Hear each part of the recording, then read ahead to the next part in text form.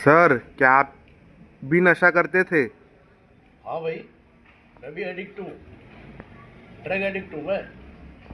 पहले रह चुका हूँ भाई। मैं भी रह चुका हूँ। सर, क्या आपकी ज़िंदगी में भी कुछ ऐसा हादसा हुआ है जिसको भूल पाने में आप असमर्थ हैं? हाँ यार, ऐसे एक नहीं बहुत सारे हादसे मेरी लाइफ में हुए हैं जिनको कि भूल पाने में वाकई बहुत मुश्किल आती है। मैं भूल सकता ही नहीं, क्योंकि यदि मैं भूल गया ना तो मुझे डर लगता है कि मैं फिर से उस काली कीचड़ दलदल भरी दुनिया में फिर से ना पहुंच जाऊं। मुझे याद है अभी तक यार कि पहले मैं आपको बता दूं कि मैं दिल्ली से हूँ, और दिल्ली में एक क्षेत्र है जामा मस्जिद। तो मैं सुबह सुबह उठ के, मैं क्योंकि मेरे संबंध खराब हो गए थे घर से नशे के कारण, तो मैं फुटपाथ पर पहुंच गया था। सुबह सुबह मैं जागा, मेरे को टूटन हो रही थी।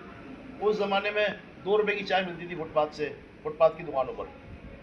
तो मैं वहाँ पहुंचा, दुकान पर भीड़ लगी हुई थी, और जाकर के मैंने दुकानदार को 2 रुपए दिए और मैं बोला, भैया एक चाय दे दो मेरे लिए।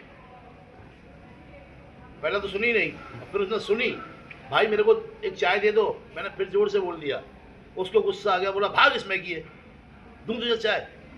ऐसा कह के ना भाई, मैंने कहा भाई पैसे दे रहा हूँ, ऐसे कैसे बोल रहे हैं आप।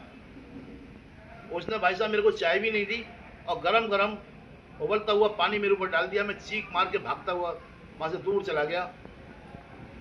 आज तक वो हादसा याद है कि मैं कम से कम 25 दिन तक फुटपाथ पर उस जख्म के साथ रहा था, और बारिशों की रात थी, और दिन बारिश के थे, मक्खियाँ मिलमिलाती थी, और किस तरीके से मैंने फुटपाथ का समय काटा था, कम से कम महीना 20 दिन का, कि मेरा भगवान या मैं ही जान सकता हूँ। ऐसे मेरी ज़िंदगी में बहुत सारे हादसे हुए यार, क्योंकि नशेबाज घर से जब बेघर हो जाता है तभी उसकी ज़िंदगी कैसी होती है, मुझे लगता है कि शायद मैं बहुत ज़्यादा जानता हूँ इस बारे में। आपने पूछा, इसके लिए बहुत बहुत धन्यवाद।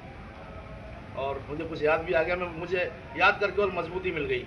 हमारे प्रोग्राम का कहना है शेयरिंग इज़ केयरिंग। मैंने शेयर किया, मैं और मजबूत हो गया। थैंक यू दोस्तों, धन्यवाद पूछने के लिए।